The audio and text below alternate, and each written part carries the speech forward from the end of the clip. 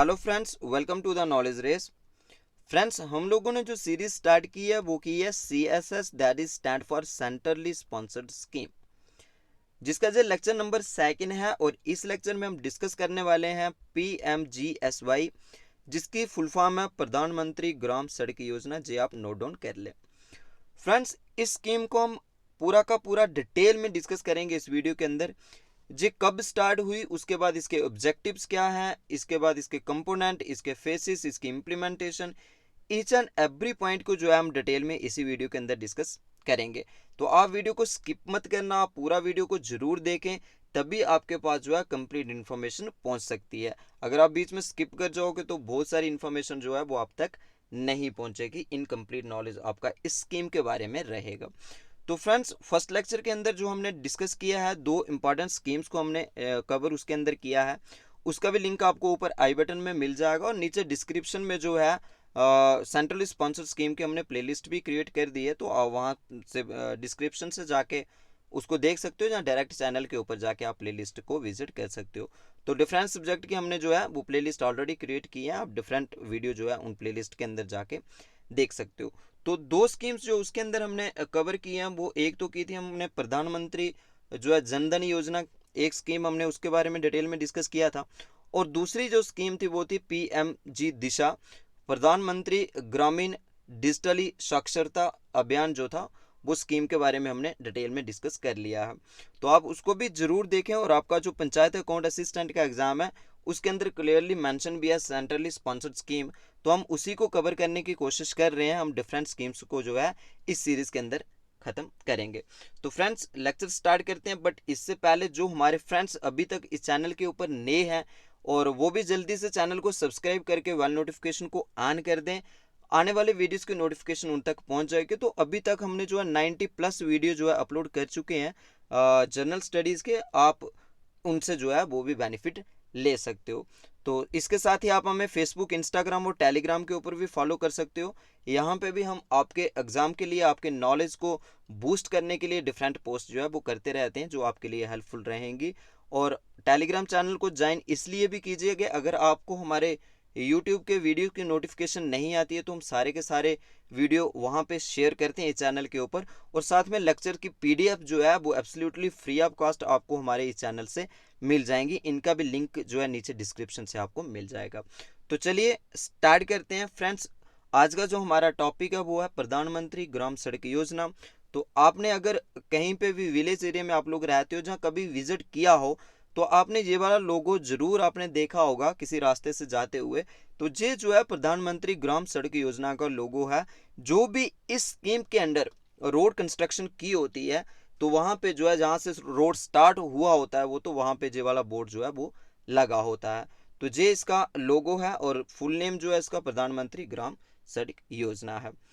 Next आता है कि ये जो स्कीम है ये किसके अंडर आती है। तो फ्रेंड्स, ये जो स्कीम है ये आती है मिनिस्ट्री ऑफ रूरल डेवलपमेंट। तो आप इसको याद रख लीजिए। ये जो स्कीम है PMGSY जो है वो किसके अंदर आती है, मिनिस्ट्री ऑफ रूरल डेवलपमेंट के अंदर आती है। तो ministry of rural development government of India, क्योंकि जो सेंट्रली स्पॉन्सर्ड स्कीम है, तो ये गवर्नमेंट ऑफ इंडिया जो है वो उसकी चलाई हुई ये स्कीम है। तो नेक्स्ट जो है, इसकी जो डेट ऑफ कमेंसमेंट है, ये स्कीम इम्प्लीमेंट कब हुई थी। तो फ्रेंड्स, ये जो स्कीम इम्प्लीमेंट हुई थी वो हुई थी दिसंबर 25, 2000। तो ये डेट आपके लिए मोस्ट इंपॉर्टेंट है कि ये स्कीम की इम्प्लीमेंटेशन जो है वो 25 दिसंबर 2000 को हुई थी। चलिए नेक्स्ट और इसके बारे में डिस्कस करते हैं। तो फ्रेंड्स, इस स्कीम के अब ऑब्जेक्टिव्स की बात करते हैं। ध्यान से आप जो है पॉइंट्स को नोट कर लें, ध्यान से इसको समझें, क्योंकि बहुत सारी चीज़ें जो है यहाँ पे लिखी नहीं होंगी। मैं आपको ऐसे बताऊंगा, तो जिसकी वजह से जो है अगर आप इसकी PDF भी पढ़ोगे तो आपके पास जो है वो कंप्लीट इन्फॉर्मेशन नहीं पहुंचेगी। तो फ्रेंड्स, इस स्कीम का जो ऑब्जेक्टिव एक है वो क्या है कि to provide good all weather road connectivity to unconnected habitations. तो ये पॉइंट आप याद रख लीजिए। एक तो इसका है कि गुड रोड फैसिलिटी जो है वो प्रोवाइड करना, यानी ऐसा एरिया जो अभी तक जो है वो अनकनेक्टेड है, यहाँ पे रोड अभी तक नहीं पहुंची है। और इस स्कीम का यही टारगेट है, यही इसका ऑब्जेक्टिव है कि अनकनेक्टेड एरिया जो है वहाँ पे ऑल वेदर रोड कनेक्टिविटी देना, यानी किसी भी कारण, जैसे अभी आप देखो मॉनसून चल रहा है, तो इस टाइम जो है जो रोड कंस्ट्रक्शन हुई है, तो इस टाइम बहुत सारी स्लाइडिंग की वजह से रोड जो है वो खराब हो जाते हैं। तो उसकी अगर ऐसी कोई भी सिचुएशन आती है तो इस स्कीम का ये भी है कि उसकी मेंटेनेंस भी रोड को देना। दूसरा जो है रोड कनेक्टिविटी जो है इस स्कीम के अंदर बढ़ाना, यानी जो अनकनेक्टेड एरिया है वहाँ पे रोड पहुंचाना। तो यहाँ पे एक चीज़ याद रख लीजिए, ये स्कीम ये नहीं टारगेट करती है कि वो रेवेन्यू विलेज है, वो पंचायत है। जब पंचायत या रेवेन्यू विलेज को देख के जो है ये स्कीम काम नहीं करती है। इसका जो प्राइम टारगेट है वो है हैबिटेशन, वहाँ के लोग, वो इस पार्टिकुलर एरिया में कितने लोग रहते हैं, वो चाहे एक पंचायत के हैं, दो पंचायत के हैं, तीन पंचायतें, ईच एंड एवरी पॉइंट जो है इसी वीडियो में हम डिस्कस करने वाले हैं, आगे आपको डिटेल में समझ आ जाएगा जी। तो ये सिर्फ और सिर्फ हैबिटेशन, वहाँ की पॉपुलेशन को टारगेट करती है। वो कौन से एरिया के लिए कितनी पॉपुलेशन है वो भी हम आगे जो है इसी वीडियो में डिस्कस करेंगे। तो ये इसका एक ऑब्जेक्टिव है कि एक गुड रोड प्रोवाइड करना और ऑल वेदर कनेक्टिविटी रहे, कोई भी मौसम हो रोड कनेक्टिविटी वो बंद ना हो, तो ये इसका एक टारगेट है। ये इसका लोगो अभी हम पीछे देख ही चुके हैं। तो नेक्स्ट जो है दूसरा इसका ऑब्जेक्टिव ये है कि set high and uniform technical and management standards and facilitating policy development and planning at state level. तो ये देखिए यहाँ पे क्या कह रहा है ये, कि ये स्कीम ये कह रही है कि क्योंकि जो सेंटर की बनाई हुई है तो ऑल ओवर इंडिया में जो है इसकी यूनिफॉर्मिटी एक जैसी रहे। यानी ऐसा नहीं है कि जम्मू कश्मीर में इसकी इम्प्लीमेंटेशन अलग हो, और अगर हम आंध्र प्रदेश में देखें वहाँ पे अलग हो, गुजरात में देखें वहाँ पे अलग हो, जहाँ तमिलनाडु में देखें तो वहाँ पे अलग हो। क्योंकि एक जैसी जो है इस स्कीम का ये है कि यूनिफॉर्म जो है वो टेक्निकल एंड मैनेजमेंट स्टैंडर्ड हो थ्रू आउट द इंडिया, एक जैसा रहे। जो इक्विपमेंट्स, जो टेक्नोलॉजी यहाँ जम्मू कश्मीर में रोड कंस्ट्रक्शन के लिए यूज़ की जा रही है वही रेस्ट ऑफ इंडिया में यूज़ हो रही हो। तो यही इसका एक टारगेट है। दूसरा, हाई स्टैंडर्ड को मेंटेन करना। ऐसा नहीं है कि रोड आज बनाया तो कल वो रोड गिर जाए, जहाँ कोई पुल बनाया तो उसको वो मतलब गिर जाए किसी भी कारण। तो एक हाई स्टैंडर्ड मेंटेन करना और अच्छी रोड कनेक्टिविटी देना, मटेरियल जो है वो अच्छा यूज़ करना। दूसरा आ गया इसका कि and facilitating policy development and planning at the state level. क्योंकि स्कीम तो सेंटर की है बट इम्प्लीमेंट कहाँ पे होगी, डिफरेंट स्टेट्स के अंदर जो होगी। तो स्टेट लेवल पे जाके एक जैसा uniform technical and management standard और हाई स्टैंडर्ड जो है हो। तो ये इस स्कीम का एक ऑब्जेक्टिव है। नेक्स्ट जो है इसका ये ऑब्जेक्टिव है कि ensure sustainable management of the rural road network. तो फ्रेंड्स यहाँ पे ये टारगेट जो करता है वो करता है सस्टेनेबल मैनेजमेंट को। ये स्कीम जो टारगेट करती है तो वो है सस्टेनेबल मैनेजमेंट। सस्टेनेबल मैनेजमेंट का मतलब होता है कि आपको जो है जितने भी हमारे रिसोर्सेज हैं वो उनकी इस तरीके से जो है मैनेजमेंट हो कि वो रिसोर्सेज हम भी उनको यूटिलाइज कर पाएँ और जो आने वाली जनरेशन है उनके लिए भी वो रिसोर्सेज जो है बचे रहें। यानी हम रिसोर्सेज का उतना ही यूटिलाइजेशन करें जितनी हमें ज़रूरत है। हम जो है उसकी, अगर हम ऐसा देखें कि वो रिसोर्सेज इस तरीके से यूटिलाइज नहीं होने चाहिए कि उनकी एक्सप्लॉयटेशन जो है वो हो। तो ये इसका एक टारगेट है। तो सस्टेनेबल मैनेजमेंट का मतलब होता है कि मान लो कि एक किसी एरिया में रोड कनेक्टिविटी निकल रही है, वहाँ से रोड बन रहा है, तो उसके आसपास जितने भी पेड़ पौधे हैं तो उनको नहीं तोड़ना है। तो इस तरीके से जैसे वो जो भी मटेरियल वहाँ से निकल रहा है वो जो है ट्रकों में भर के उसको वहाँ से बाहर निकाला जाए, तो जो आसपास का जो जितना भी वेजिटेशन वहाँ पे है वो डिस्ट्रॉय ना हो, एक्सप्लॉयटेशन उसकी ना हो, वो जो है बर्बाद ना हो। तो ये इसका एक टारगेट है। दूसरा जो है upgradation of the existing road in the rural areas. तो जितना भी गांव एरिया के अंदर जो एग्जिस्टिंग रोड है तो उसको अपग्रेड करना, रोड कनेक्टिविटी जो है अच्छी देना। अगर कोई टूटा फूटा रोड है, पुराना है, तो उसको भी जो है मेंटेनेंस करना, उस रोड को दोबारा से कंस्ट्रक्ट करना, इसका अपग्रेडेशन के अंदर ये है। हालांकि ये अपग्रेडेशन जो है फर्स्ट फेज के अंदर नहीं थी, नेक्स्ट थी, वो फेसेस के अंदर जो है हम लोग डिस्कस करते हैं।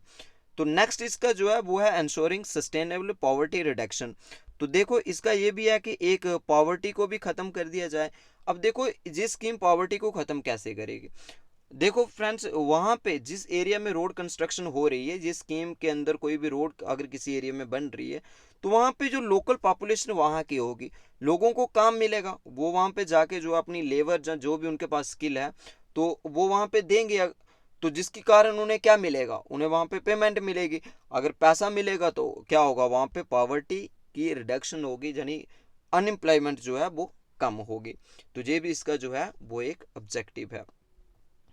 नेक्स्ट हम देखते हैं कि एलिजिबिलिटी क्या है। देखिए फ्रेंड्स, एलिजिबिलिटी की अगर हम बात करें तो एलिजिबिलिटी के अंदर आता है इन प्लेन एरिया, अगर कोई भी प्लेन एरिया है जो unconnected habitation in the rural area, अगर कोई रूरल एरिया है वहाँ पे अनकनेक्टेड है, वो अभी तक रोड के साथ कनेक्टेड वो एरिया नहीं हुआ है। और अभी ये बात कर रहे हैं प्लेन एरिया में, क्योंकि हिली एरिया में इसका थोड़ा क्राइटेरिया लग है, वो हम नेक्स्ट स्लाइड के अंदर डिस्कस करते हैं। तो प्लेन एरिया के अंदर अगर कोई ऐसा एरिया है यहाँ पे 500 या उससे ज़्यादा लोग रहते हैं, जो आप नोट कर लें, कोई ऐसा एरिया जो अभी तक रोड कनेक्टिविटी से नहीं जुड़ा हुआ है, तो अगर वहाँ 500 या उससे ज़्यादा लोग रहते हैं और वो एरिया प्लेन एरिया में आता है, तो वहाँ पे जो एलिजिबिलिटी क्राइटेरिया 500 या उससे ज़्यादा लोग होने चाहिए, तो जो इस स्कीम के अंडर वहाँ पे रोड कंस्ट्रक्शन हो सकती है और रोड कनेक्टिविटी वहाँ पे मिल सकती है प्लेन एरिया में। फिर हम बात करते हैं फ्रेंड्स एलिजिबिलिटी, द स्कीम जो है वो सिंगल रोड कनेक्टिविटी की बात करती है। ये जो स्कीम है अब यहाँ पे प्लेन की है, तो इसको हम नेक्स्ट जो है हिली एरिया की भी बात करते हैं नेक्स्ट स्लाइड के अंदर जो है।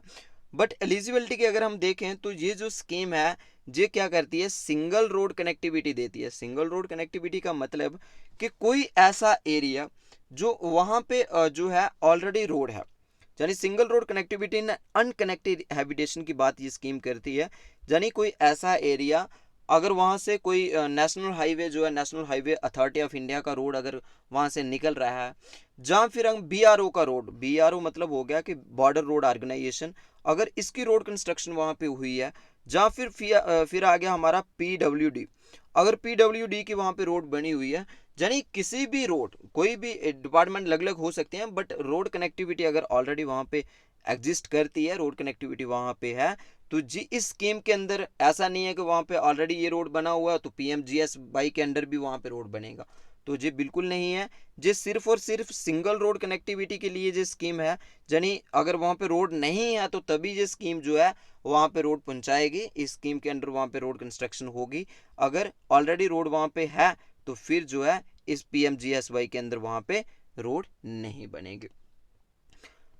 फिर नेक्स्ट जो क्राइटेरिया यहाँ पे हम बात करते हैं, हिली एरिया की बात करते हैं, तो देखो फ्रेंड्स, हिली एरिया की अगर हम प्लेन में तो हमने देख ही लिया 500 जहाँ उससे अबव की पॉपुलेशन, अगर 500 जहाँ उससे अबव पॉपुलेशन अगर प्लेन एरिया में है, तो इस स्कीम के अंडर क्या होगा, अभी तक अगर वो अनकनेक्टेड एरिया है तो इस स्कीम के अंदर वहाँ पे रोड कंस्ट्रक्शन होगी, वहाँ पे रोड लोगों को मिलेगा।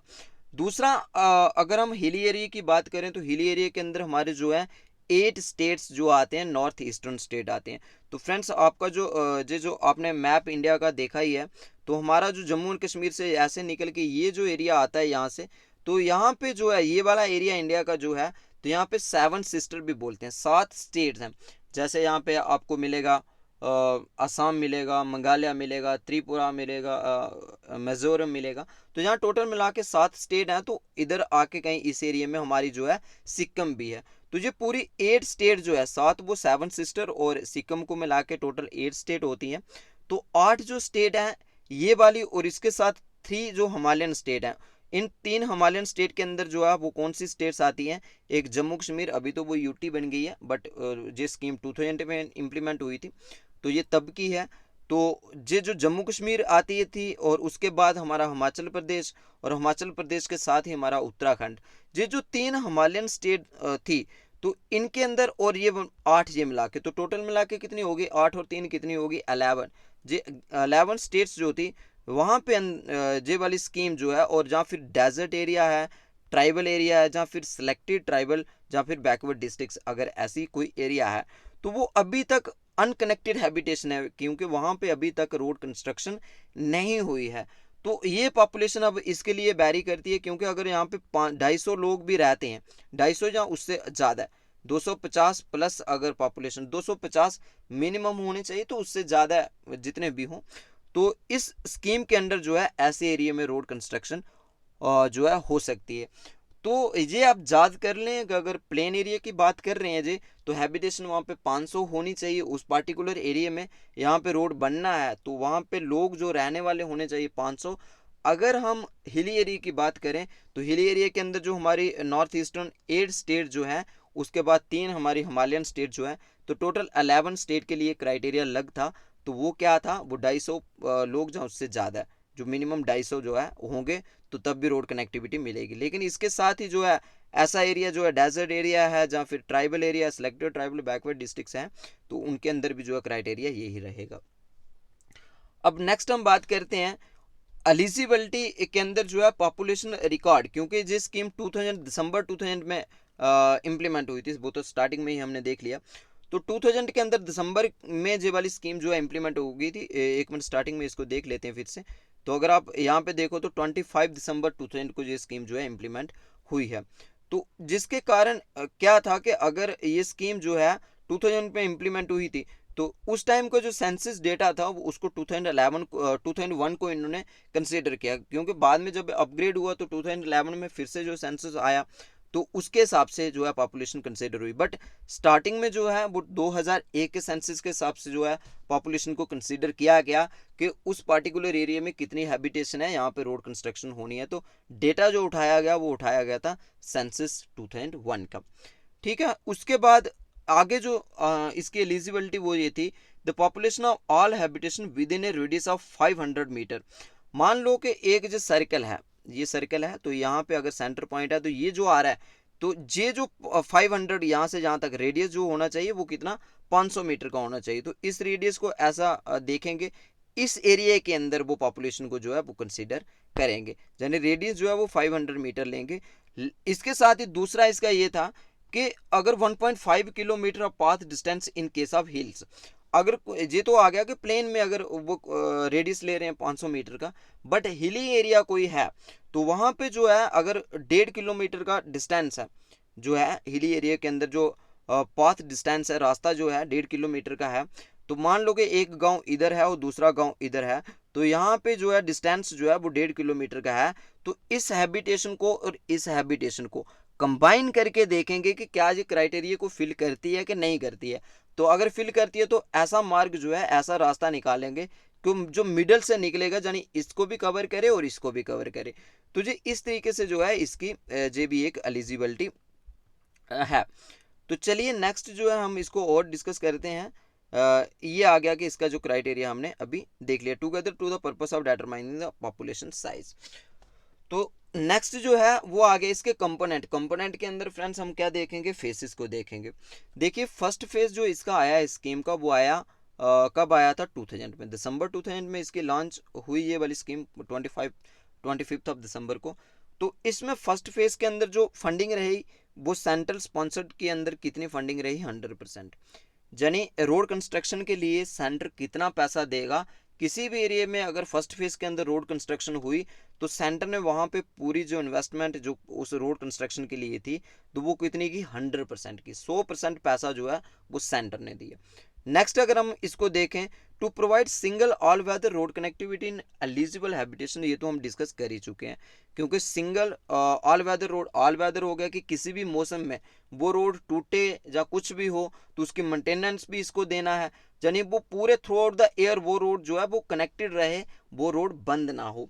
और सिंगल रोड कनेक्टिविटी को भी हम देख चुके हैं कि अगर कोई दूसरी रोड वहाँ पे है, जैसे PWD की, BRO की, या फिर national highway authority of India की, तो वहाँ पे ये रोड कंस्ट्रक्शन नहीं करेंगे, क्योंकि और ये स्कीम यही कहती है कि सिंगल रोड कनेक्टिविटी अगर नहीं है तो वहीं पे रोड पहुँचाएगी ये।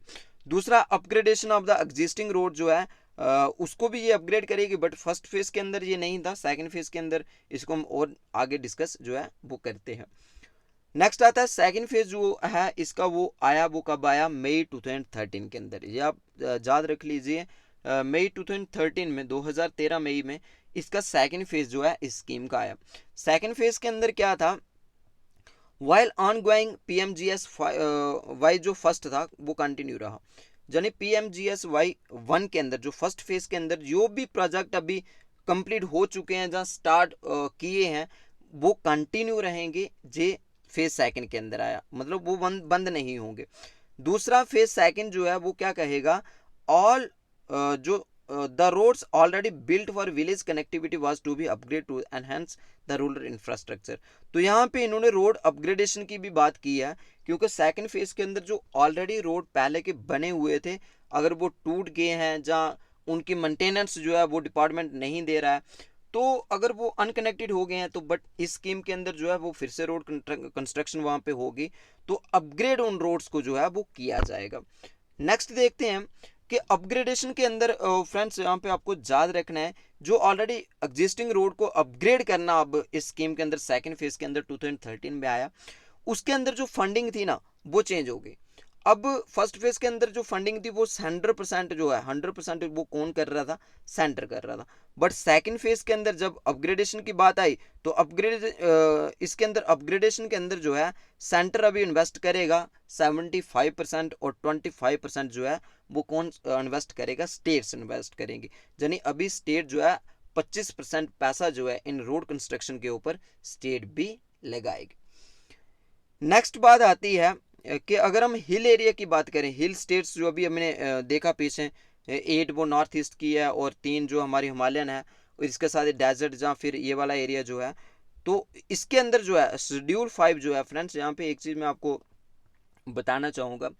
हमने जो पॉलिटिकल साइंस का पोर्शन कवर किया है, इंडियन पॉलिटिक्स की जो नीचे डिस्क्रिप्शन में आपको प्लेलिस्ट मिल जाएगी, और जहाँ फिर कॉन्स्टिट्यूशन फॉर्मेशन की भी नीचे जो है प्लेलिस्ट आपको मिल जाएगी डिस्क्रिप्शन में, जहाँ फिर डायरेक्ट आप चैनल को विजिट कीजिए तो वहाँ से भी आपको ये प्लेलिस्ट मिल जाएगी।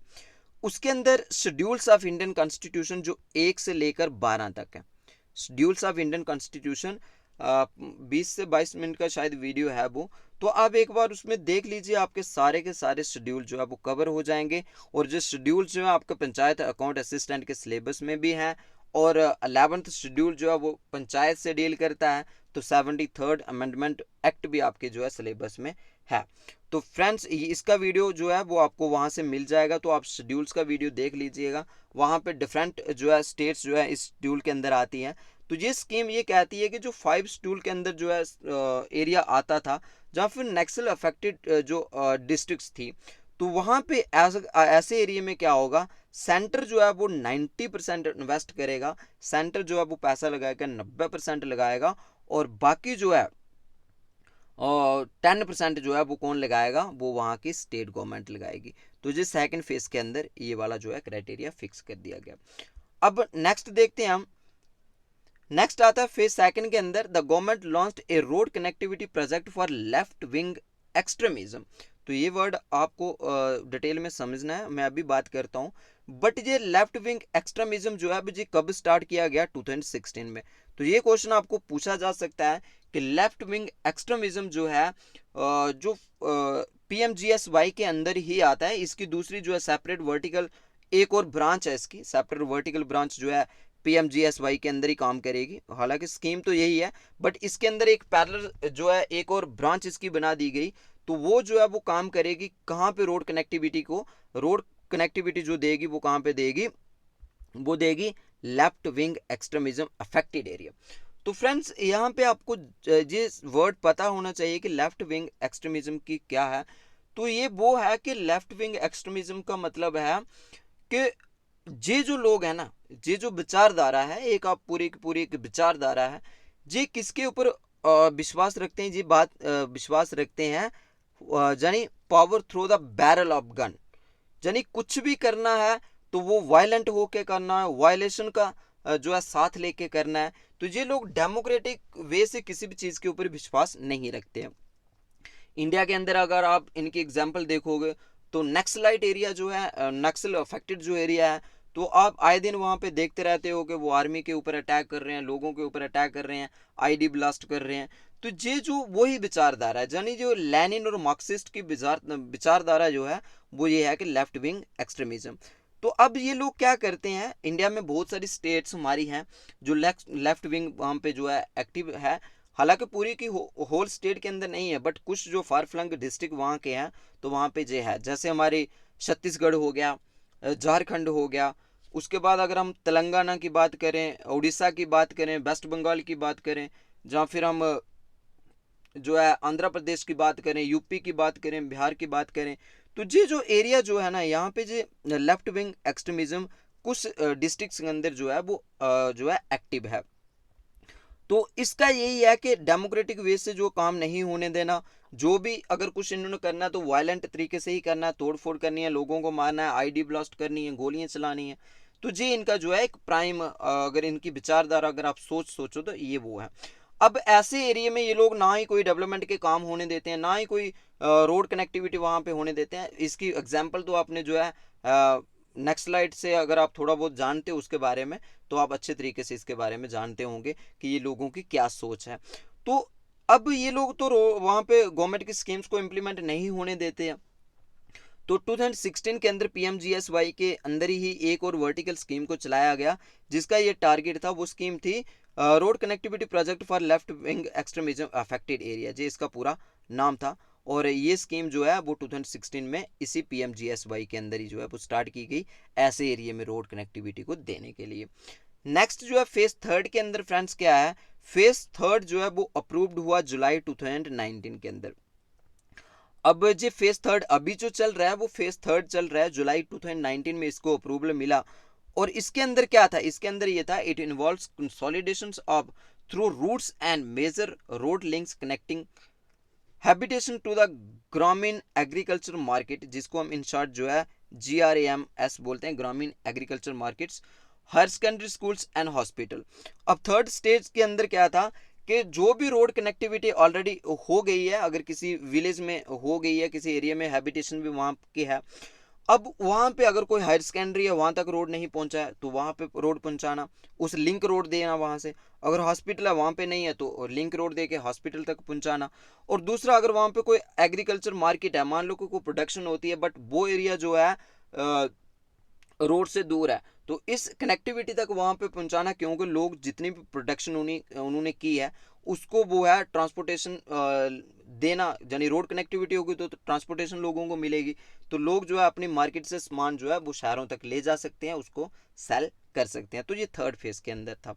तो फ्रेंड्स थर्ड फेज जो है वो उसका ड्यूरेशन जो है ये आप याद रख लीजिए, जे 2019 के अंदर, अभी हमने देखा कि जुलाई 2019 के अंदर जिसको अप्रूवल मिला, तो जो बजट उस टाइम का था तो 1920 के बजट में इसको मिला अप्रूवल, और तो इसका अभी जो कंटिन्यू रहेगा थर्ड फेज जो है 24 और 25 2024 और 25 तक जो है कंटिन्यू रहेगा। तो फ्रेंड्स इसके थर्ड फेज के अंदर अब आपको ये भी याद रखना है, तो थर्ड फेज के अंदर जो फंडिंग है ना, तो फंडिंग जो रहेगी वो सेंटर की 60% रहेगी और 40% जो है वो स्टेट्स की रहेगी।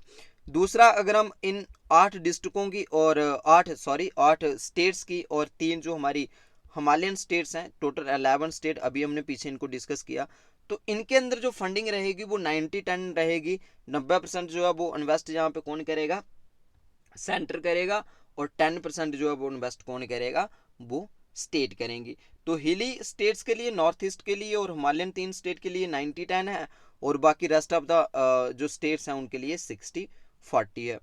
तो फ्रेंड्स इसकी जो इम्प्लीमेंटेशन जो तो हम स्टार्टिंग में देख ही चुके हैं, the ministry of rural development along with the state government, जो सेंट्रल गवर्नमेंट की स्कीम है और स्टेट के साथ मिलके जो है वो इसको इम्प्लीमेंट करवाएगी। अब स्टेट के अंदर भी जो हमारा रूरल डेवलपमेंट डिपार्टमेंट होगा, तो उस डिपार्टमेंट के थ्रू जो है जिस स्कीम जो है वो इम्प्लीमेंट होगी। तो फ्रेंड्स ये आप पूरा का पूरा लेक्चर, उम्मीद करता हूँ कि आपको जो लेक्चर पसंद आया होगा। अगर लेक्चर पसंद आया है तो प्लीज़ यार चैनल को सब्सक्राइब करके बेल नोटिफिकेशन को भी ऑन कर लीजिए और वीडियो को लाइक शेयर जरूर कर दें। और भी ज़्यादा वीडियोस के लिए, ऐसी नॉलेजफुल वीडियो के लिए आप हमारे साथ जुड़े रहें द नॉलेज रेस के ऊपर। Thanks for watching.